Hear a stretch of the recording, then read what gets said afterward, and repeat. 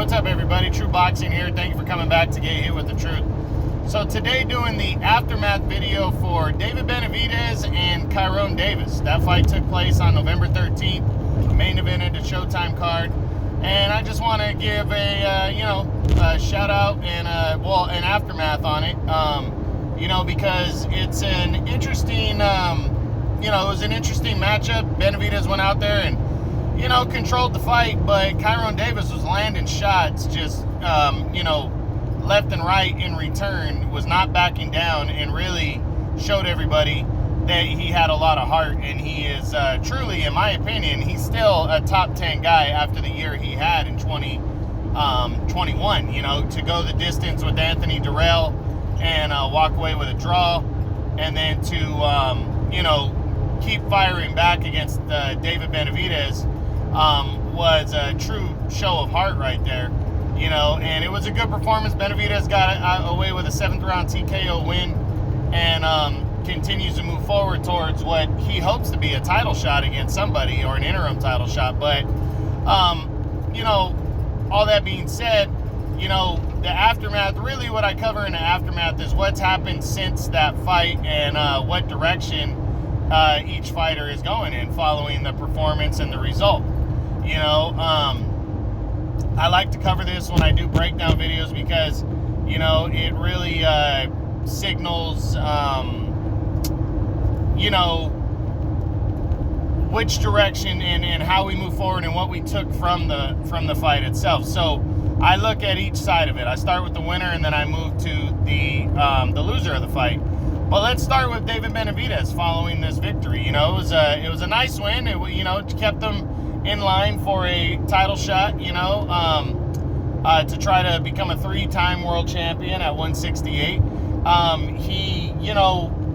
He took Davis on short notice, and he went right after him. And like I said, it was a solid performance. He broke him down, overwhelmed him, took some shots in the process, but at the end of the day, he walks away the winner and is now going to, we heard now that Benavidez, following that win, not likely that he's going to get Canelo next, which I don't think that should be such a shock for most people. Canelo's made it clear it's going to be a while before he fights Benavidez.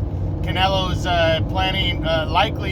is planning to fight the winner of the Ilunga Makabu and Tabiso Mushunu cruiserweight title rematch that takes place on January 29th of 2022. So Benavidez looks like he's going to get asked out of this fight, but the big question is who does he fight and what is it for? Is the WBC going to allow it to be an interim title fight? If Benavidez's next fight to be for the interim title, is Canelo going to give up the WBC belt at 168 and Benavidez be allowed to fight for the vacant belt?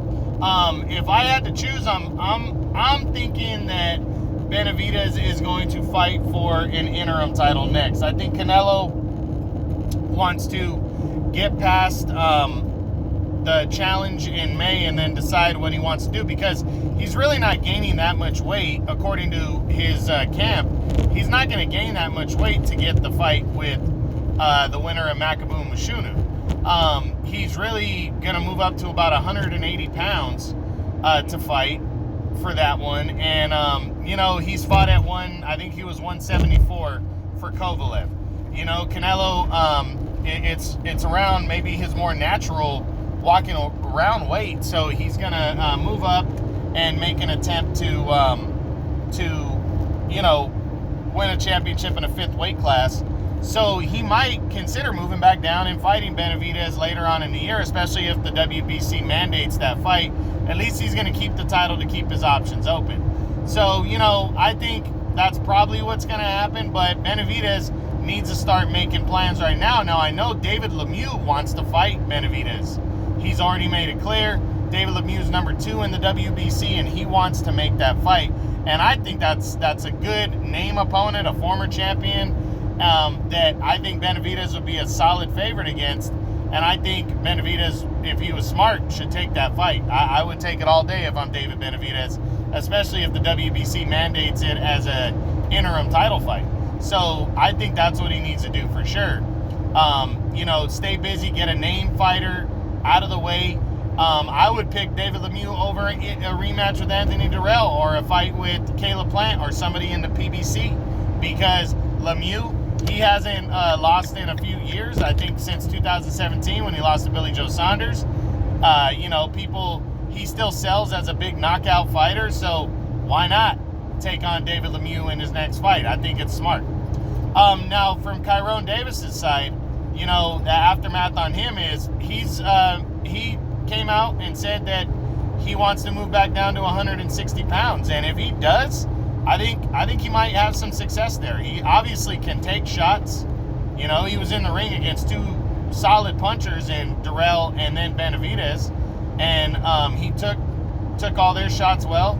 I think now that he's been on that level of competition now and shown what he can do, I think he might be able to be effective at 160 pounds. His problem is finding the competition at 160. The PBC doesn't really have a stronghold on 160 pounds. They got a couple guys there, but nobody, I think, that would be burning the house down to fight Kyrone Davis. So he might have to start from scratch and earn it at 160, but I'm glad that he wants to move back down. And to tell you the truth, I still think he's a top 10 guy at 168, a division that's going to be wide open once Canelo eventually decides to give up all the belts. So we got to wait and see. But that's the aftermath on Benavidez and Kyrone Davis. A lot to go over, but it's a good thing going over all that stuff, because it gives you some clarity from this fight and the aftermath of what's going to be moving forward for both these guys. So